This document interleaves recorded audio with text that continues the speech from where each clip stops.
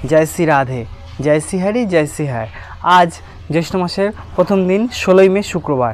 এই জ্যৈষ্ঠ মাস যে পড়েছে, জ্যৈষ্ঠ মাসে কি করবেন কি করবেন না, কিভাবে পুজো পাঠ করবেন এবং কোন কোন দেবতার পুজো হয়, জ্যৈষ্ঠ মাসের মাহাত্ম্য কী, সমস্ত কিছু এই ভিডিওতে আপনাদের কাছে পৌঁছে দিচ্ছি। তবে শ্রবণ করুন। সবাই কিন্তু মাঘ মাস, কার্তিক মাস আর যে বৈশাখ মাস চলে গেল তার কথা বলে, এই জ্যৈষ্ঠ মাসের কথা কিন্তু খুব কমই শুনতে পাবেন। তাই এই জ্যৈষ্ঠ মাসের মাহাত্ম্য কথা আপনাদের কাছে জানাই যে কি করলে অল্পতে তাড়াতাড়ি ফল পাবেন। আর এই জ্যৈষ্ঠ মাসে কোন কোন দেবতার পুজো হয় শুনুন মন দিয়ে। জ্যৈষ্ঠ মাসে 3 দেবতা আর ঘটের খুব মাহাত্ম্য। কি না, 3 দেবতার পুজো, অর্থাৎ বজরংবলী, সূর্যনারায়ণ আর মা গঙ্গা। সারা মাস যদি এই 3 জনকে যদি আপনি পুজো করেন না, তাহলে আপনার প্রচুর প্রচুর ফল পাবেন। যেমন বজরংবলীতে সারা বছরই পুজো হয়, কিন্তু বিশেষ বজরংবলীর মাস হচ্ছে এই জ্যৈষ্ঠ মাস। এই জ্যৈষ্ঠ মাসের যদি আপনি প্রতিদিন নাও পুজো দিতে পারেন, অন্তত মঙ্গলবার করে দেবেন। সপ্তাহে একটা মঙ্গলবার পড়ে, মাসে 4টে মঙ্গলবার পড়বে, 4টে মঙ্গলবার বজরংবলীকে পুজো দিয়ে দেখুন না কি ফল পান। সারা বছরের ফল তৎক্ষণাৎ পেয়ে যাবেন, এত মহিমা রয়েছে শাস্ত্রে। আর কি, আর গঙ্গা পুজো রয়েছে। গঙ্গা পুজো কীরকমভাবে করবেন শুনুন।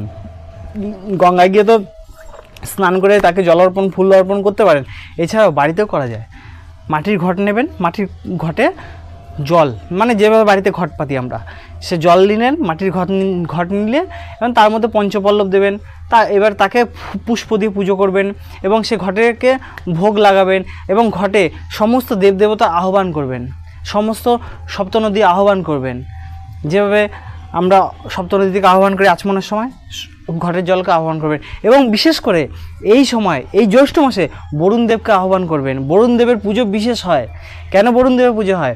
তাহলে আর অকাল কোথাও ঘটে না। অকাল বলতে কোথাও বন্যা, কোথাও খরা, এসব হয় না। 4 মাস সম্পূর্ণরূপে বরুণ দেবের কৃপা পেয়ে আপনাদের শস্য ফলমূলে ভরে ওঠে। এই জন্যই জ্যৈষ্ঠ মাসে বরুণ দেবের পুজো হয়। এছাড়াও এই বরুণ দেবকে যদি এই জ্যৈষ্ঠ মাসে পুজো করা হয় না, তাই 4 মাস আপনার বর্ষা বরুণ দেবের কৃপায় ঠিকঠাক হয়। বুঝতে পারছেন? এই মাসে তাহলে কাদের কাদের পুজো হয়। এই মাসে ঘট পাতার যে কথা বললাম, এই ঘট পূজন হয় এই মাসে।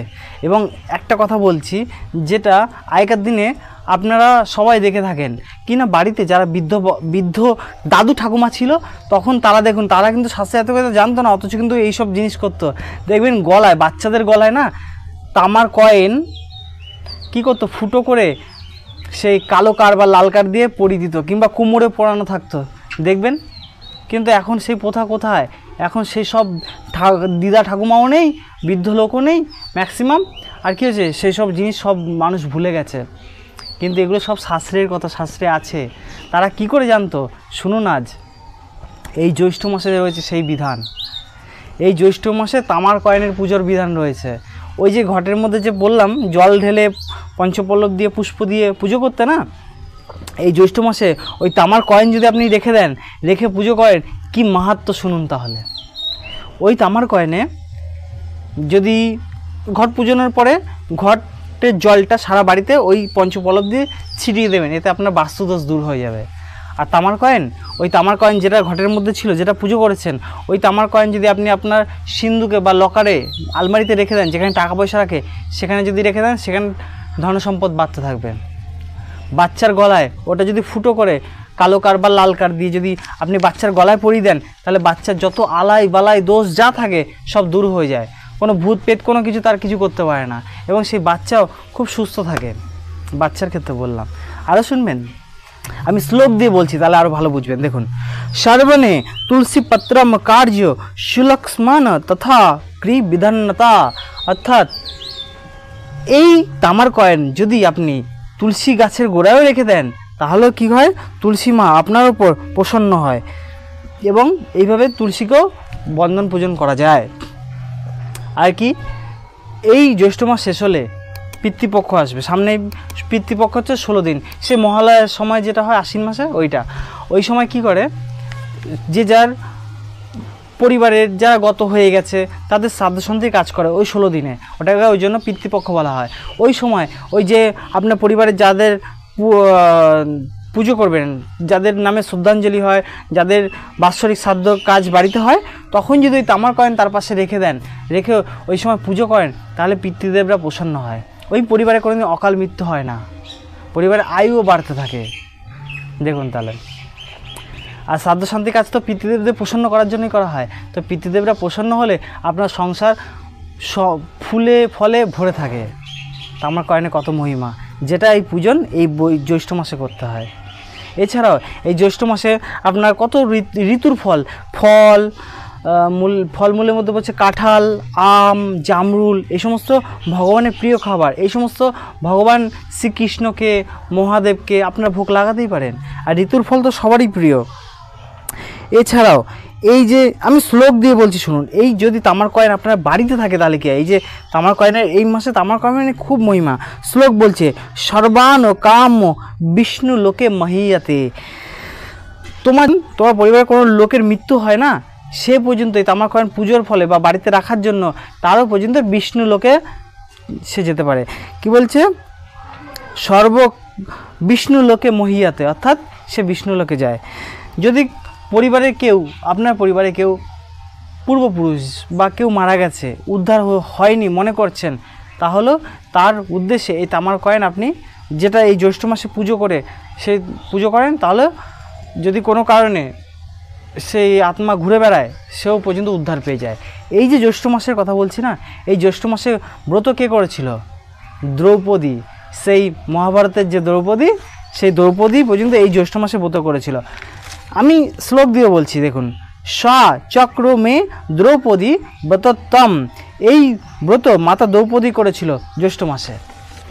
তো আপনারা এই ব্রতটা কি? এই ব্রত হচ্ছে প্রতিদিন ঘট পূজন, অর্থাৎ মাটির কলসিতে তাহলে গঙ্গা পূজনও হয়ে যাচ্ছে, মাটির কলসিতে গঙ্গা জল রাখছেন আর তা ডেলি নিত্য পুজো করছেন, এবং পুজো করার পরে কি হচ্ছে, বাড়ির চারিদিকে সেই জল ছিটিয়ে দিচ্ছেন, এতে বাস্তুদোষ দূর হয়ে যাচ্ছে।